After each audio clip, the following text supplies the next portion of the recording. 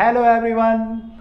तो भाई हम लोग आ गए हैं वापस आपके साथ लेकर के इम्पोर्टेंट क्वेश्चंस की सीरीज। तो भाई इस सीरीज में हम लोग डिस्कस कर रहे हैं सारे इंपॉर्टेंट क्वेश्चन जो आ सकते हैं आपके स्कूल के टेस्ट में या एग्जाम में। और भाई ये सीरीज उन बच्चों के लिए भी है जो नीट या जेई की तैयारी कर रहे हैं, तो वो भी भाई इस सीरीज को करके उनको भी भाई काफी फायदा हो रहा है। मेरे पास काफी सारे कमेंट आ रहे हैं, बच्चे कह रहे हैं सर बहुत हमें फायदा हो रहा है और हम लोग भी जो है उनको भी कॉन्फिडेंस बिल्डअप हो रहा है, जो न्यूमेरिकल हैं वो कर पा रहे हैं, कंसेप्ट उनके क्लियर हो पा रहे हैं। तो भाई सीरीज में आपका स्वागत है सबका। और हम लोग आज करने जा रहे हैं इसमें वर्क एनर्जी पावर की, ये वीडियो नंबर है आपकी 8 और हम करने जा रहे हैं मोमेंटम एंड कंजर्वेशन और मोमेंटम भी बोल सकते हो, और कोलिजन के बेसिकली हम लोग क्वेश्चन करने वाले हैं यहां पर। तो भाई सब लोग रेडी हो जाइए, अपनी कॉपी और पेन निकाल लीजिए, क्योंकि भाई इस सीरीज में आपको पेन से जो है कॉपी पे काम भी करना होता है। ये भाई सीरीज केवल वो नहीं है इंपॉर्टेंट जो थ्योरी पढ़ाते हैं, तो थ्योरी भाई आप लोगों ने बहुत पढ़ ली है, लेकिन आप लोग ही बोलते हो कि सर क्वेश्चन नहीं हो पाते। थ्योरी तो हम कर लेते हैं, क्वेश्चन नहीं हो पाता। तो भाई सीरीज उन्हीं बच्चों के लिए है जिनके क्वेश्चन नहीं हो पाते हैं। तो क्वेश्चन कब होंगे? जब आप मेरे साथ में क्वेश्चन करोगे। तो 1 बाय 1 मैं भी क्वेश्चन करूंगा, आप भी क्वेश्चन साथ साथ करेंगे। वीडियो को पॉज करना जब क्वेश्चन आएगा, एक बार क्वेश्चन को सॉल्व करके देखना, 1 या 2 बार ट्राई करना, अगर नहीं होगा फिर आप जो है वीडियो को कंटिन्यू करके देखना कि कैसे हम लोगों ने सॉल्व किया। तो हर क्वेश्चन को आपको सोचना है, अगर थ्योरेटिकल क्वेश्चन है आपको सोचना है उसका आंसर क्या होगा, अगर वो न्यूमेरिकल है तो करके देखना है कि आंसर क्या होगा, तभी आपको पूरा बेनिफिट मिल पाएगा। तो भाई चलिए स्टार्ट करते हैं आज की वीडियो। पहले क्वेश्चन के साथ देखते हैं पहला क्वेश्चन आज की वीडियो में हमारे लिए क्या डाला गया है। तो पहला क्वेश्चन हमारे लिए डाला गया है, what is the head on collision. Head on collision क्या होता है? तो इसका आंसर क्या होगा? जब हेड से हेड टकराते हैं तो उसे हेड ऑन कोलिजन बोलते हैं, ऐसा लिखोगे? नहीं, ये नहीं लिखना है। हेड ऑन कोलिजन का मतलब होता है कि दो तरह के कोलिजन होते हैं। एक हमारा होता है ऑब्लिक कोलिजन, एक होता है head on collision. Oblique collision का मतलब होता है मान लो एक बॉल है और एक और बॉल आई, और ये जो आई तो ये मान लो इनको जोड़ने वाली लाइन ये है, तो इसकी जो स्पीड है बॉल की, मान लो अगर ये इसके अलोंग हो तो हम बोलेंगे इसका जो कोलिजन होगा वो हेड ऑन कोलिजन होगा। लेकिन अगर मान लो ये बॉल की स्पीड जो है इस लाइन के अलोंग ना हो, कुछ ऐसे हो, तो जब ये टकराएगी इस बॉल से, जब ये वाली बॉल मान लो बी है, ये ए से टकराएगी, तो ये यहाँ पे टकराएगी, कहीं पे यहाँ पे टकराएगी जाके, है ना। तो इसको हम बोलेंगे हेड ऑन कोलिजन नहीं हुआ, क्योंकि इसकी स्पीड इस तरफ है, तो हेड ऑन कोलिजन नहीं हुआ। तो जब ये टकराएगी तो कंडीशन क्या होगी? ये ए है और बी वाली यहाँ कहीं पे होगी, इसकी स्पीड यहाँ पे होगी, ठीक है। अब टकराने के बाद क्या होगा? इस पे फोर्स लगाएगी, बी वाली ए पे फोर्स लगाएगी, किधर को फोर्स लगाएगी? इधर को लगाएगी, परपेंडिकुलर फोर्स लगाएगी, तो ये बॉल जो है इधर को चली जाएगी, ये बॉल इधर को चली जाएगी, है ना। तो जब भी कोलिजन होते हैं तो पॉइंट ऑफ कांटेक्ट पे फोर्स लगता है, तो नॉर्मल फोर्स लगेगा इधर को ए वाली पे, तो ये बॉल इधर को चली गई, ठीक है। तो इसको हम बोलेंगे हेड ऑन कोलिजन, इसको बोलेंगे ऑब्लिक। फर्क क्या है दोनों में? इसमें जो बॉल जब टकराई, यहाँ पे देखो, जब ये टकराएंगी तो क्या होगा? इस पे जो फोर्स लगेगा दोनों बॉलों पे टकराने के दौरान, वो जो है फोर्स अलोंग द लाइन लगेगा। मतलब जो लाइन थी जो इनको ज्वाइन कर रही थी, भाई जब टकराई तो दोनों कांटेक्ट में आई तो फोर्स तो नॉर्मल लगेगा, परपेंडिकुलर लगेगा। तो फोर्स कैसे लगेगा? इसके अलोंग द लाइन लगेगा, इस पे फोर्स यहाँ लगेगा, इस पे फोर्स यहाँ लगेगा। मान लो एफ बी पे फोर्स यहाँ लगेगा, ए पे यहाँ लगेगा, उसके कारण में स्पीड आएगी। मान लो ए बी वाला यहाँ चला गया, ए वाला यहाँ चला गया, या फिर हो सकता है बी वाला भी यहाँ जाने लगे, ए वाला भी जाने लगे, ऐसा कुछ कंडीशन होगी। लेकिन जो भी फोर्स लगेगा अलोंग द लाइन लगेगा, और जो बॉल मूव करेंगी वो भी जो है इस अलोंग द लाइन, जिनको ज्वाइन करने वाली लाइन थी उसी के अलोंग जो है मूव करेंगी। लेकिन यहाँ पे क्या होगा? जो फोर्स लग रहा है वो तो ठीक है, उनको ज्वाइन करने वाली लाइन के अलोंग लग रहा है, लेकिन जो बॉल मूव करेंगी टकराने के बाद, ये वाली बॉल तो यहाँ कहीं चली जाएगी टकराने के बाद, हो सकता है यहाँ आ रही हो, टकराने के बाद थोड़ा सा यहाँ बेंड होकर यहाँ चली जाए, और जो ये वाली रुकी हुई बॉल थी पहले, वो अब इधर को चली जाएगी। तो ये क्या है? ये बॉल जो है उस लाइन में मूव नहीं कर रही है, इधर उधर मूव कर रही है, तो इसको हम बोलेंगे ऑब्लिकली मूव कर रही है, उस लाइन पे मूव, स्ट्रेट लाइन पे मूव नहीं कर रही है, तो इसको हम बोलेंगे हेड ऑन कोलिजन, इसको बोलेंगे ऑब्लिक कोलिजन। तो देखते हैं डेफिनेशन क्या लिखते हैं। अगर हम छोटे से भाषा में लिखना चाहें तो क्या लिखेंगे? मैंने आपको समझाया एक्चुअली कि होता क्या है ये। अब देखते हैं इसको अगर हम पेपर में लिखेंगे तो क्या लिखेंगे। तो लेट अस सी।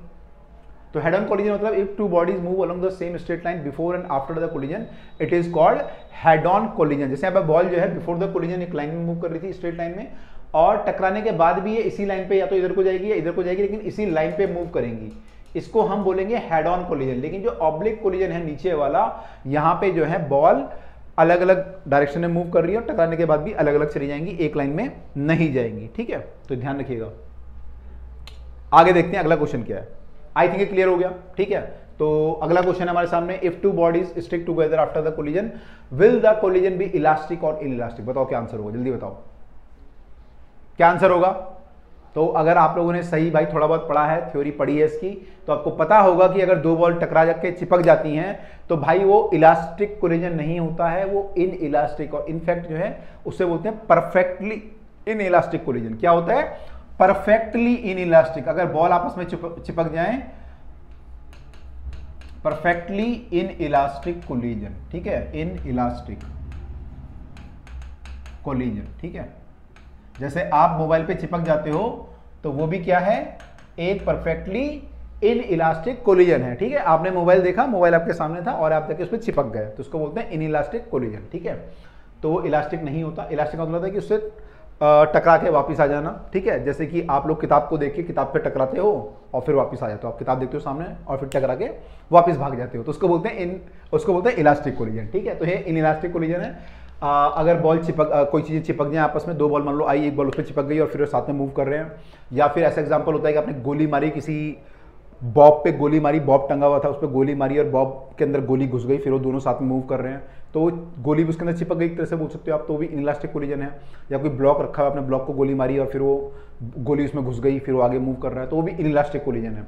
तो या फिर आपने मड उठा के जो दीवार पे देके मारी, दीवार पे चिपक गई आपकी, है ना, मिट्टी देके आपने दीवार पे मारी तो भी चिपक गई, तो वो भी क्या होगा? वो भी जो है एक इनइलास्टिक कोलिजन होगा। ओके, चलिए आगे देखते हैं। तो इसको हम बोलेंगे इनइलास्टिक कोलिजन, ठीक है।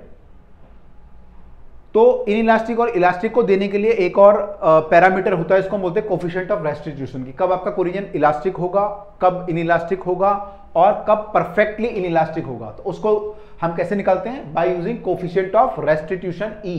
तो ई क्या होता है? ई की डेफिनेशन क्या होती है? तो ई की डेफिनेशन जो होती है, देखो क्या होती है। देखो मान लो दो बॉल हैं, ये बॉल एक दूसरे की तरफ को मूव कर रही है, इसकी स्पीड 2 है, इसकी 4 है। मैं आपसे पूछूंगी कितनी स्पीड से एक दूसरे की तरफ मूव कर रही है, क्या इनकी स्पीड ऑफ अप्रोच है। अगर मैं स्पीड निकालूं कितनी स्पीड से एक दूसरे के पास आ रही है, तो हम क्या बोलेंगे कितनी स्पीड से पास आ रही है? ये हो जाएगा 2 + 4 6 हो जाएगा। 6 मीटर पर सेकंड से पास आ रही है, 2 मीटर से ये आ रही है, 4 मीटर से ये आ रही है, 6 मीटर पर सेकंड से पास आ रही है। तो हम इसको क्या बोलेंगे? इसको हम बोलेंगे वेलोसिटी ऑफ अप्रोच। क्या बोलेंगे? Velocity of approach. Velocity of approach. तो वेलोसिटी ऑफ अप्रोच का मतलब क्या है? कितनी स्पीड से वो पास आ रही है। मान लो ये ऐसा होता कि ये बॉल यहां पे जा रही है 2 की स्पीड से और ये पीछे से आ रही है 8 की स्पीड से। अब क्या होता है वेलोसिटी ऑफ अप्रोच? इस केस में बता सकते हो कितना होगा? इस केस में तो 6 है, इस केस में तो अप्रोच क्या है वेलोसिटी? ये तो 6 है वैल्यू। इस केस में वैल्यू क्या होगी? या इसको मैं कुछ और मान लेता हूं, चलो इसको मान लेते हैं 10, बस 10 मान लेते चलो। अब क्या होगा आंसर? वेलोसिटी ऑफ अप्रोच क्या होगी? तो अगर आप लोगों ने सही गैस किया होगा तो देखो ये बॉल 2 की स्पीड से आगे जा रही है, 10 की स्पीड से पास आ रही है उसके, तो ये जो है ना 8 की स्पीड से पास आई, मतलब 2 आगे गया और ये 10 आगे आया, तो कुल मिलाकर का डिस्टेंस कितना कम हो गया? 8 मीटर कम हो गया। अगली बार फिर ये 2 आगे जाएगा, फिर ये 10 आगे आएगा, तो 8 मीटर और कम हो जाएगा। तो ये वाली जो बॉल है इसके पास 8 की स्पीड से इसकी तरफ आ रही है, तो हम क्या बोलेंगे? वेलोसिटी ऑफ अप्रोच कितनी है इसकी? 8 मीटर पर सेकेंड। 8 मीटर पर सेकेंड, जिसको बोलते हैं वेलोसिटी ऑफ अप्रोच। ऐसे हम निकालते हैं इसमें वेलोसिटी ऑफ सेपरेशन। सेपरेशन मतलब टकराने के बाद क्या हुआ? टकराने के बाद वेलोसिटी ऑफ सेपरेशन अगर हम निकालोगे, मान लो एक बॉल आपकी इधर को चली गई 3 की स्पीड से, एक इधर को चली गई 5 की स्पीड से, तो वेलोसिटी ऑफ सेपरेशन क्या हुआ? कितनी स्पीड से मूव कर रही है एक दूसरे से दूर मूव कर रही है, ये एक दूसरे से दूर मूव कर रही है, कितनी स्पीड से मूव कर रही है? तो ये स्पीड इनकी हो जाएगी कितनी? 3 और 5 8, 8 की स्पीड से दूर जा रही है, 3 ही आगे जा रहा है, 5 ही आगे जा रहा है, डिस्टेंस हो गया 8, फिर ये 5 आगे जाएगा, 3 आगे जाएगा, डिस्टेंस हो जाएगा 16। तो ये 8 की स्पीड से जो है एक दूसरे से दूर को जो है मूव करे जा रही है, ठीक है। तो हम बोलेंगे वेलोसिटी सेपरेशन क्या है यहाँ पे? 8 मीटर पर सेकेंड। अच्छा मान लो टकराने के बाद ये कंडीशन में आती है, कई बार ऐसा हो जाता है, मान लो ये बॉल तो आपकी चली गई 20 की स्पीड से और ये जा रही है 4 की स्पीड से। अब क्या होगा separation speed? Can you tell me what is the velocity of separation in this case? बहुत इंपॉर्टेंट है, कई बार बच्चों को समझ में नहीं आता और बच्चे काफी कंफ्यूज रहते हैं, जब ई निकालते हैं तो प्रॉब्लम आती है, तो पहले इसको समझना जरूरी है। क्या होगा इसमें आंसर?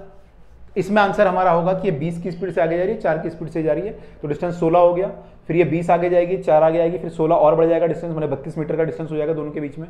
तो ये दोनों जो है ना 16 की स्पीड से एक दूसरे से दूर जा रही है। क्या हो रहा है? 16 की स्पीड से एक दूसरे से दूर जा रही हैं, तो वेलोसिटी ऑफ सेपरेशन क्या हो जाएगा?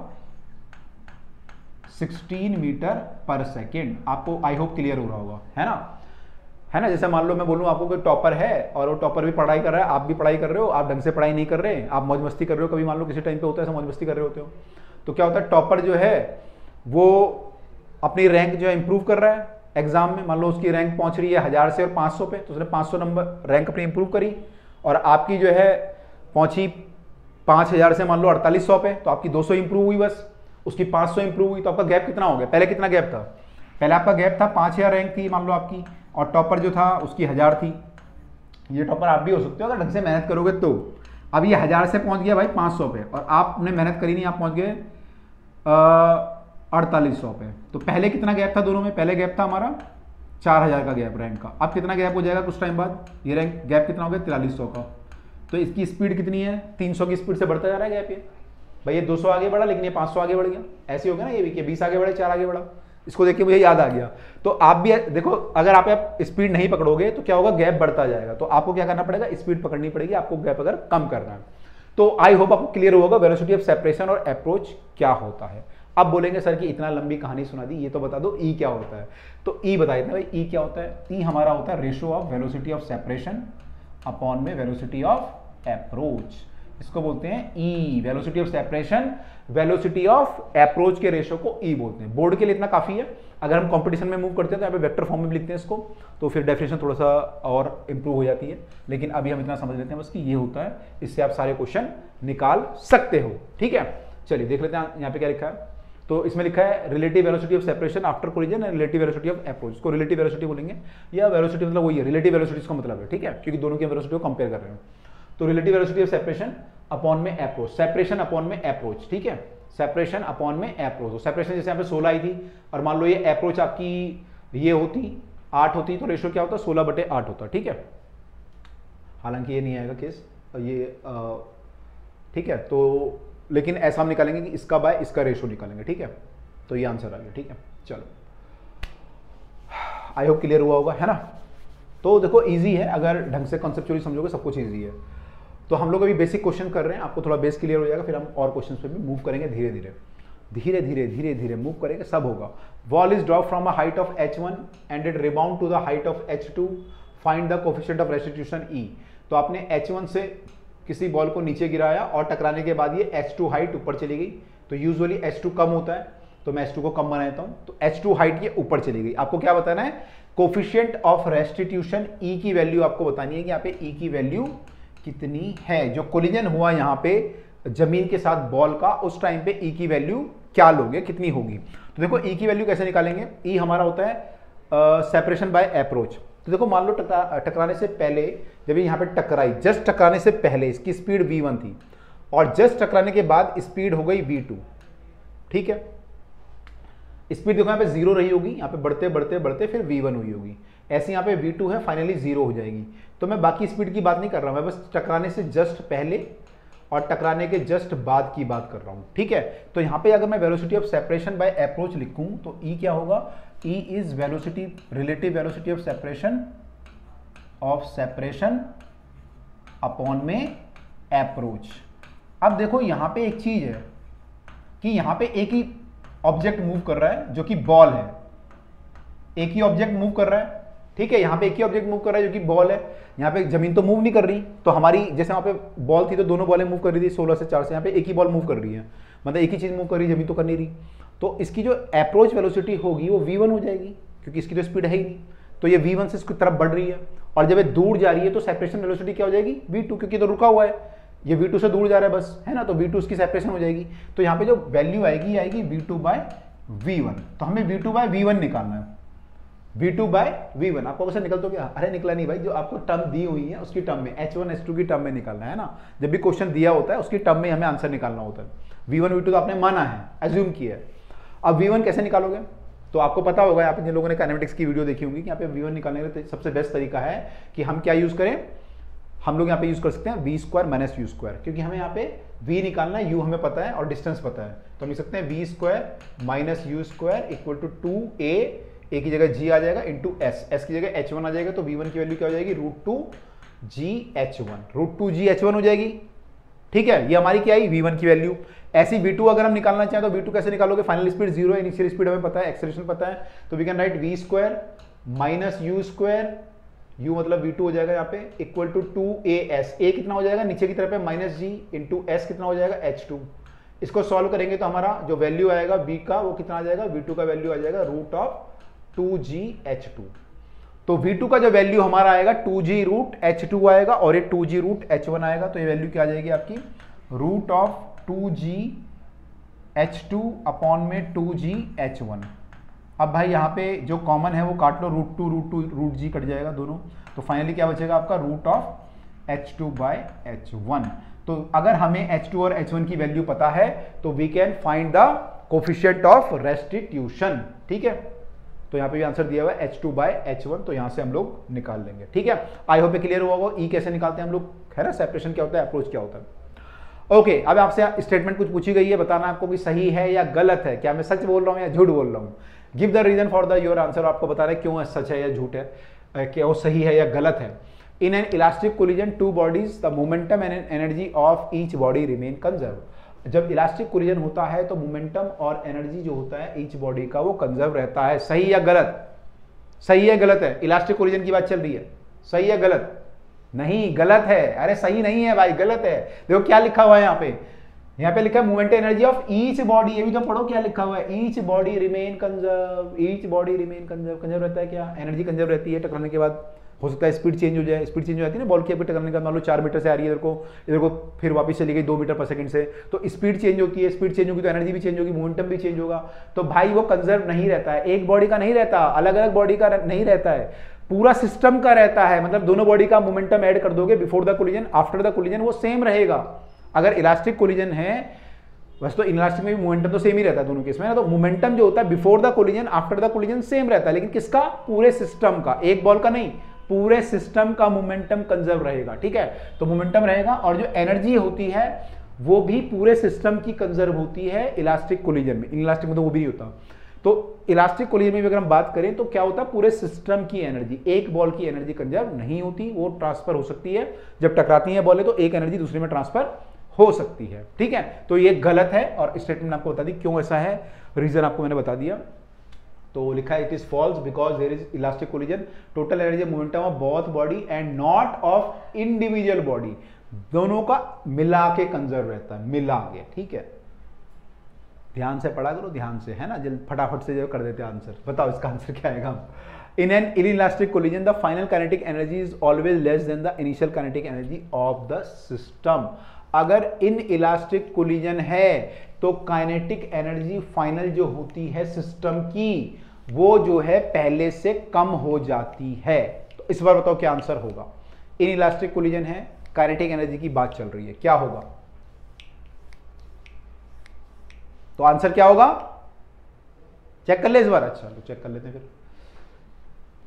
इस बार क्या होगा, काइनेटिक एनर्जी है आपकी, इनइलास्टिक कोलिजन है, तो इनइलास्टिक में क्या होता है, काइनेटिक एनर्जी लॉस होती है। पिछले क्वेश्चन में डिस्कस कर रहा था कि मोमेंटम सेम रहता है दोनों में, इलास्टिक हो या इनइलास्टिक हो, लेकिन काइनेटिक एनर्जी क्या होती है, एनर्जी कम हो जाती है हमारी, किसमें, इनइलास्टिक में। तो ये स्टेटमेंट ट्रू है क्योंकि इलास्टिक कोलिजन में फाइनल काइनेटिक एनर्जी जो है less than the initial kinetic energy होती है, ठीक है।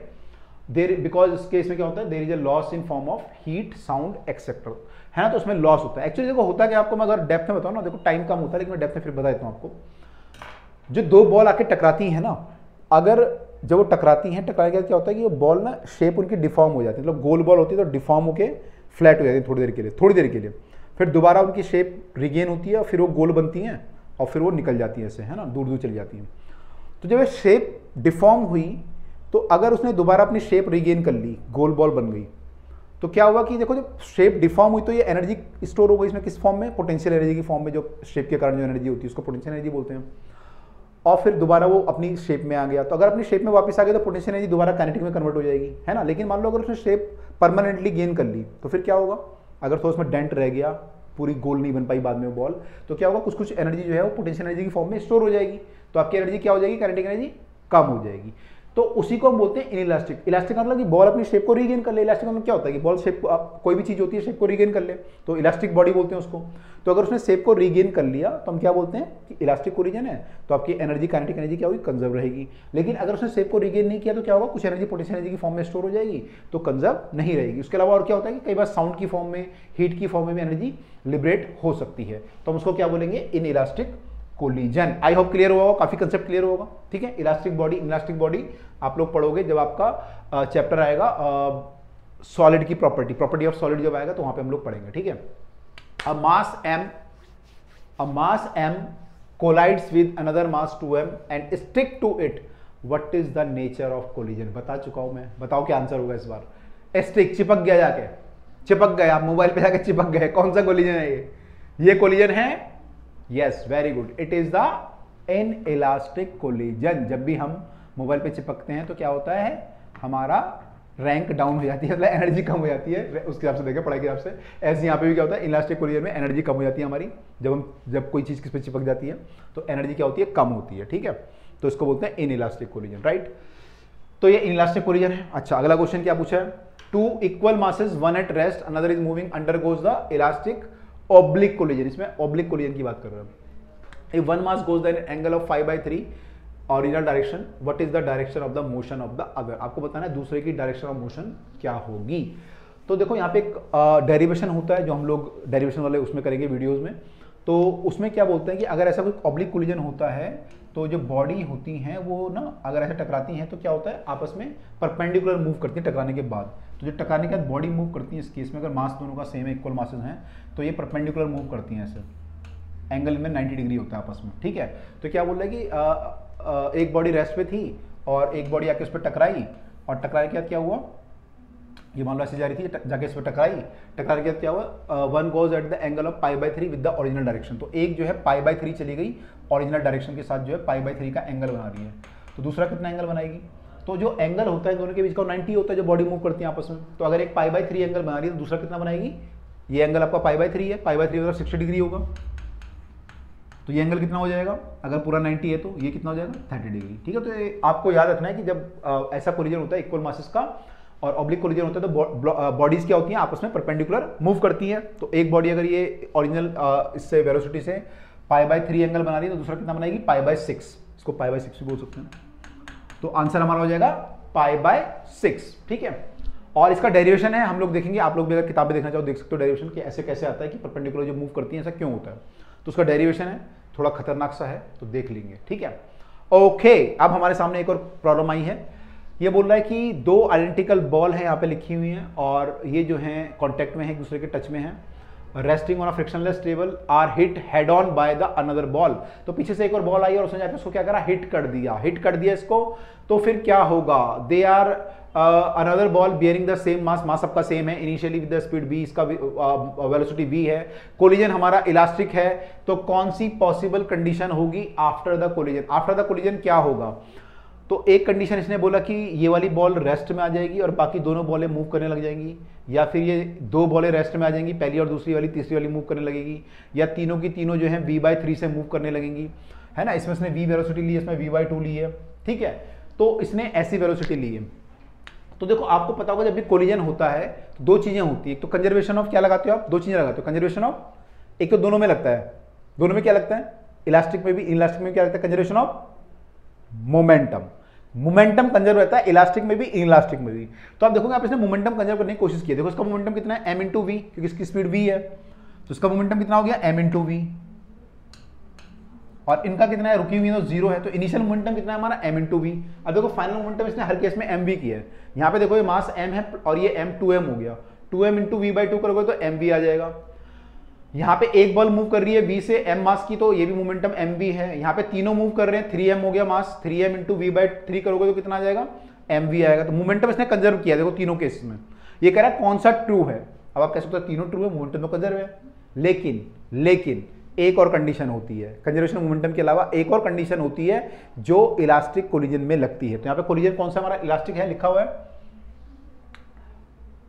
यस लिखा हुआ है, देखो इलास्टिक कोलिजन। तो इलास्टिक कोलिजन में एक और कंजर्वेशन प्रिंसिपल लगता है, कौन सा लगता है, कंजर्वेशन ऑफ, अभी हमने डिस्कस किया था, क्या होता है conservation of its kinetic energy. Conservation of kinetic energy भी लगता है, तो भाई काइनेटिक एनर्जी भी कंजर्व होनी चाहिए। तो अगर आप चेक करोगे, देखो कहां पे काइनेटिक एनर्जी कंजर्व हो रही है, देखो जरा एक बार काइनेटिक एनर्जी कहां पे कंजर्व हो रही है। अगर हम यहाँ पे देखें तो काइनेटिक एनर्जी हमारी कितनी है, ये वाली देखें तो हाफ mv² है बिफोर द कोलिजन। तो आफ्टर द कोलिजन भी जो एनर्जी होनी चाहिए वो कितनी होनी चाहिए, हाफ mv²। अब तीनों में चेक कर लो कहां पे हाफ mv² आ रही है, यहाँ पे चेक करें अगर, तो काइनेटिक एनर्जी कितनी हो जाएगी, हाफ इंटू 2m है मास और v/2 का स्क्वायर यानी v²/4, तो कितना हो जाएगा, half into 2m into v²/4 यानी कि हाफ ऑफ mv²/2। तो इसका आधा हो गया, ठीक है, इट्स नॉट दैट मच, तो ये कम है, गलत है ये। यहाँ पे चेक करेंगे तो ये तो काइनेटिक एनर्जी कितनी आएगी, हाफ mv² आ जाएगी, ये सही है, ये हो सकता है, ये पॉसिबल है, ये तो नहीं है। तीसरे वाले चेक करते हैं, तीसरे वाले में कितने हैं, 3 मास हैं, तीनों v/3 से मूव कर रहे हैं, तो काइनेटिक एनर्जी होगी हाफ 3m इंटू v/3 का होल स्क्वायर, ये पॉसिबल है। ये कितना हो जाएगा, half into 3m into v²/9 which is equal to half into m into v²/3। तो ये भी भाई इससे डिफरेंट आ रहा है, बाय 3 आ रहा है यहाँ पे, तो ये भी पॉसिबल नहीं है। तो केवल एक पॉसिबिलिटी है यहाँ पे कि जो है 2 बॉलें आपकी रुक जाएं, पहली और दूसरी, और तीसरी वाली क्या हो, आगे मूव कर जाए, आगे मूव कर जाए, ये जो है एक पॉसिबिलिटी हो सकती है, ठीक है। वैसे इसको मैं अगर और, ये तो मेरे समझ में आ गया आप सब लोगों को। अच्छा, इसको अगर मैं और सोचूं थोड़ा सा, तो जब मूवमेंट, जब कोलिजन होता है ऐसे केसेस में सेम मासेस का, तो एक हम लोगों ने पढ़ा होगा जब ड्राइव करते हैं हम लोग चीज़ों को, तो उसमें आता है कि अगर मास सेम है तो क्या होता है, ये वाली अगर बॉल मूव कर रही है और ये रुकी हुई है, तो ये वाली रुक जाती है और फिर आगे वाली मूव करने लगती है। मतलब स्पीड जो होती है ना, दोनों की आपस में इंटरचेंज हो जाती है, इसकी स्पीड इसमें आ जाती है, इसकी स्पीड इसमें। तो अगर ये चल रहा है तो रुक जाता है और ये रुका हुआ उतनी स्पीड से आगे चलने लगता है। मास सेम होना चाहिए, कोलिजन इलास्टिक होना चाहिए। तो यहाँ पे देखो क्या होता है, एक्चुअली जब ये बॉल इससे टकराएगी तो ये वाली रेस्ट में आ जाएगी, ये चलना शुरू करेगी, लेकिन आगे एक और बॉल है तो फिर ये इससे टकराएगी। अब ये रुकी हुई थी तो ये क्या होगा, इसकी स्पीड इसमें ट्रांसफर हुई तो ये भी रुक जाएगी। तो फाइनली क्या होगा, दोनों बॉलें रुक जाएंगी और ये तीसरी वाली केवल चलेगी, ये वाला केस होगा। तो वहां से भी आप सोच सकते हो, वहां से भी सोच सकते हो कोएफिशिएंट ऑफ रेस्टिट्यूशन वाला जो केस है कि ये हम ड्राइव करते हैं हम लोग की, जो मास सेम होता है तो क्या होता है, एक स्पीड रुक जाती है, बॉल रुक जाती है और दूसरी वाली क्या होती है, उतनी स्पीड से फिर मूव करती है। तो वो वाला केस से हम सोच सकते हैं कि ये वाली पॉसिबिलिटी होनी चाहिए थी, ये सब पॉसिबिलिटी नहीं हो सकती। अदरवाइज आप ये ऐसे भी प्रूव कर सकते हो, तो ये भी करेक्ट है, ठीक है। तो हमें यही करना है वैसे बेसिकली पेपर में, क्योंकि ये वाला तो मैंने आपको एक्स्ट्रा नॉलेज दे दी, अदरवाइज पता नहीं होता ये लोगों को, ठीक है। चलो, 10 identical ball are place in the contact on a smooth table if 11th ball is coming. देखो 11 बॉलें हैं यहाँ पे, 1 2 3 4 5 6 7 8 9 10, क्या यार ऐसा होता है ना, टीचर बोलता है ना कि 10 बार लिखो सॉरी सॉरी सॉरी कॉपी में, तो वैसे लिखना पड़ रहा है, 10 बार बॉल बनानी पड़ रही है। 10 बॉलें हैं और क्या है, आइडेंटिकल बॉल है, मतलब मास सबका सेम है, स्मूथ सरफेस है। 11th बॉल आई, कोलाइड द फर्स्ट बॉल, इस पहली बॉल से टकराई, तो भाई क्या होगा, बताओ क्या होगा। मैंने आपको पिछले जो क्वेश्चन में बताया है क्या होगा, कितनी बॉलें मूव करेंगी और कितनी स्पीड से मूव करेंगी। तो भाई यहाँ पे क्या होगा, देखो भाई हम सोच सकते हैं दोबारा, आप चाहो तो फिर वो एनर्जी वाला कंसेप्ट लगा के और कंजर्वेशन मोमेंटम लगा के प्रूव कर सकते हो कि क्या होगा। लेकिन अगर वैसे से सोचो तो क्या होगा, ये बॉल इससे टकराएगी तो इसकी स्पीड इसमें ट्रांसफर हो गई, ये रुक गया, 0 हो गया, इसकी स्पीड v हो गई मान लो। लेकिन फिर तुरंत ही इससे टकराएगी तो इसकी स्पीड इसमें ट्रांसफर, ये रुक गया, 0 हो गया। ऐसे करते करते क्या होगा, स्पीड जो है ट्रांसफर होती जाएगी, सारी बॉलें रुकती जाएंगी और फाइनली क्या होगा, 10वीं वाली जो बॉल है केवल वो जो है आगे मूव कर जाएगी v से, और बाकी ये सारी बॉलें जो है 10 बॉलें, इसको मिला के 10 बॉलें हो गई। अब ये 9 और ये 10, ये कि सब क्या होंगी, रेस्ट में रुक जाएंगी, यहाँ पे इनकी स्पीड 0 हो जाएगी, जो भी 10 बॉलें हैं, अब देख लेना 10 बॉलें हैं ना। और जो फाइनल वाली ये वाली जो बॉल थी 10 नंबर, एक्चुअली ये जो है हमारी मूव कर गई, ठीक है। तो ये 9 बॉलें ये और प्लस ये वाली बॉल हमारी रुक गई, और जो 10वीं बॉल थी वो v स्पीड से मूव कर जाएगी। तो ये भी मैं कैसे निकाला, उसी प्रिंसिपल से कि जो वेलोसिटी है वो कैसे कैसे ट्रांसफर होती है, ठीक है। क्लियर, चलिए, तो आई होप आपको क्लियर हुआ होगा कैसे कैसे हम लोग करते हैं क्वेश्चंस को। तो ये हमने यहाँ पे बेसिक कर लिया कोलिजन का, ठीक है। अब इस पे बेस्ड जो न्यूमेरिकल है और बाकी चीजें हैं वो हम सेकंड वीडियो में इससे रिलेटेड और चीजें भी करेंगे। तो भाई आपसे मिलेंगे अब अगली वीडियो में नए कंसेप्ट के साथ, नई चीजों के साथ। तो पढ़ते रहिए, आगे बढ़ते रहिए, और भाई वीडियो को शेयर और लाइक भी करते रहिए। तो बाकी अगर आपको वीडियो देखनी है इससे पहले वाली, तो भाई प्लेलिस्ट में या फिर आई बटन में जाके चेक कर सकते हैं। चलिए मिलते हैं अगली वीडियो में, till then bye and take care.